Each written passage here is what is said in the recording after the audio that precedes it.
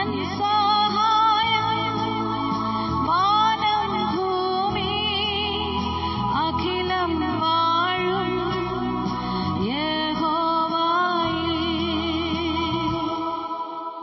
ദൈവവചന ചിന്തകൾ കേൾക്കുന്ന എല്ലാ മാന്യ ശ്രോതാക്കൾക്കും ക്രിസ്തീയ സ്നേഹവന്ദനം. സദൃശവാക്യങ്ങളുടെ പുസ്തകം 3-ാം അധ്യായം 35-ാമത് വാക്യത്തിൽ ജ്ഞാനികൾ ബഹുമാനത്തെ അവകാശമാക്കും എന്ന് പറഞ്ഞിട്ടുള്ള വചനമാണ്. ദൈവം മനുഷ്യന് നൽകുന്നതായി ജ്ഞാനം, അത് ദൈവത്തിൽ ആശ്രയിച്ച് ഉപയോഗപ്പെടുത്തുന്നു എങ്കിൽ അത് മറ്റുള്ളവരുടെ മുൻപിൽ നമ്മെ ബഹുമാനമുള്ളവരും ശ്രേഷ്ഠന്മാരും ഉന്നതന്മാരുമാക്കി മാറ്റും എന്നുള്ളതാണ്.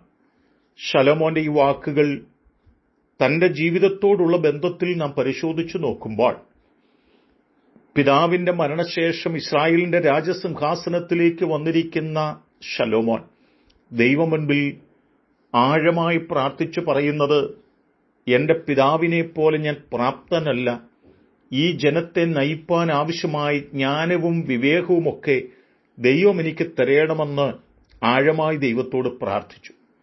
ആ പ്രാർത്ഥനയുടെ ഫലമായി വിശേഷമായ ജ്ഞാനവും വിവേകവുമുള്ള ഒരു ഹൃദയം ദൈവം തനിക്ക് നൽകുവാനിടയായിത്തീർന്നു എന്ന് രാജാക്കന്മാർക്കെഴുതിയ 1-ാം പുസ്തകം 3-ാം അധ്യായം 12-ാം വാക്യത്തിൽ ഓർപ്പിക്കുന്നുണ്ട്.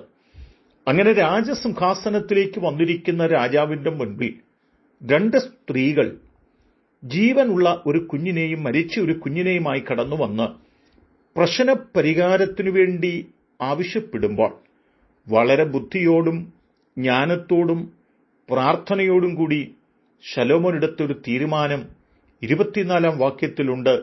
ഒരു വാൾ കൊണ്ടുവരുവീൻ എന്ന് രാജാവ് കൽപ്പിച്ചു. അവർ ഒരു വാൾ രാജസന്നിധിയിൽ കൊണ്ടുവന്നു. അപ്പോൾ രാജാവ് ജീവനുള്ള കുഞ്ഞിനെ 2ആയി പിളർന്ന് പാതി ഒരുത്തിക്കും പാതി മറ്റവൾക്കും കൊടുപ്പീൻ എന്ന് കൽപ്പിച്ചു. ദൈവം തനിക്ക് കൊടുത്ത ജ്ഞാനത്തിനനുസരിച്ച് താൻ ആ കർത്തവ്യം ചെയ്യുവാൻ ആവശ്യപ്പെടുമ്പോൾ യഥാർത്ഥമായി ഈ കുഞ്ഞിന്റെ, ജീവിച്ചിരിക്കുന്ന കുഞ്ഞിന്റെ അമ്മ ആരാണ് എന്ന് രാജാവിന് ബോധ്യപ്പെടുന്നതിന് അത് കാരണമായി തീർന്നു എന്ന് നമുക്ക് ഗ്രഹിപ്പാൻ കഴിയുകയാണ്.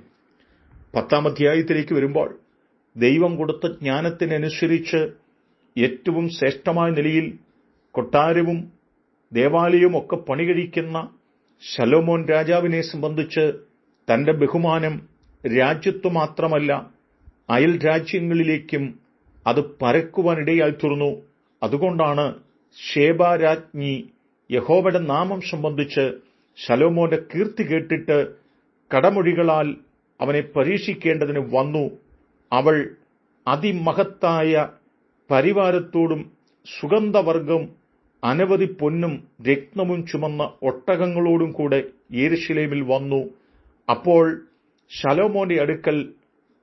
അവൾ ശലോമോന്റെ അടുക്കൽ വന്ന ശേഷം തന്റെ മനോഹരതമൊക്കെയും അവനോട് പ്രസ്താവിച്ചു എന്ന് പറയുകയാണ്.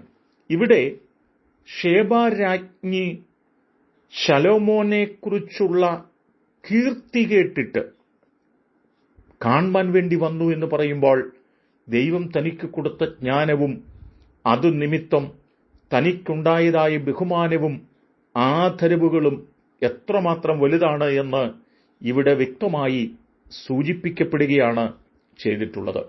ഞാൻ ഈ വചനത്തിലൂടെ പറയുന്നത് എന്താണെന്ന് ചോദിച്ചാൽ, നാം ദൈവത്തോട് ആഴമായി പ്രാർത്ഥിക്കുകയും ഔദാര്യമായി നൽകുന്ന ജ്ഞാനം ദൈവം നമുക്ക് നൽകുമെന്ന് തിരിച്ചറിഞ്ഞ് ആ ജ്ഞാനം പ്രാപിച്ച് ദൈവത്തോടു കൂടെ ജ്ഞാനത്തോടുകൂടി നമ്മൾ ജീവിക്കുന്നുവെങ്കിൽ അത് നമ്മെ ബഹുമാനവും ആദരവും കീർത്തിയുമുള്ളവരാക്കി മാറ്റുമെന്ന് തിരിച്ചറിഞ്ഞുകൊണ്ട് ദൈവിക ജ്ഞാനത്തിനു വേണ്ടി പ്രാർത്ഥിക്കുവാനും ആ ജ്ഞാനം പ്രാപിച്ചെടുക്കുവാനും നമുക്കൊരുങ്ങാം.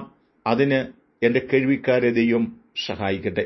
സ്നേഹമുള്ള ദൈവമേ, ഞങ്ങൾ ദൈവത്തിങ്കൽ നിന്ന് വരുന്ന ജ്ഞാനം, നിങ്ങൾക്ക് ബുദ്ധി കുറവെന്നെങ്കിൽ ജ്ഞാനം കുറവാകുന്നുവെങ്കിൽ ഔദാര്യമായി നൽകുന്ന ദൈവത്തോട് ചോദിക്കട്ടെ എന്ന് പറഞ്ഞ വചനപ്രകാരം ഞങ്ങൾ ദൈവത്തിങ്കൽ നിന്ന് ജ്ഞാനം പ്രാപിച്ച് ബുദ്ധിയോടെ ജീവിപ്പാനും മറ്റുള്ളവരുടെ മുമ്പിൽ ബഹുമാനം നേടുവാനും ഞങ്ങളെ പ്രാപ്തരാക്കണം. അനുഗ്രഹം കൊണ്ട് നിറയ്ക്കണം. യേശു കർത്താവിൻ നാമത്തിൽ തന്നെ ആമേൻ.